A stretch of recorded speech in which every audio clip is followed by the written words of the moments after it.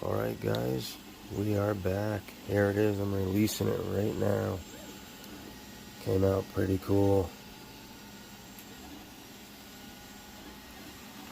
The other one in the works. Got some parts for the new printer. Woohoo! And we got the horse. Still going. Alright guys, like, subscribe, drop some comments, let me know. I know there's something you guys want to see 3D printed. Thanks.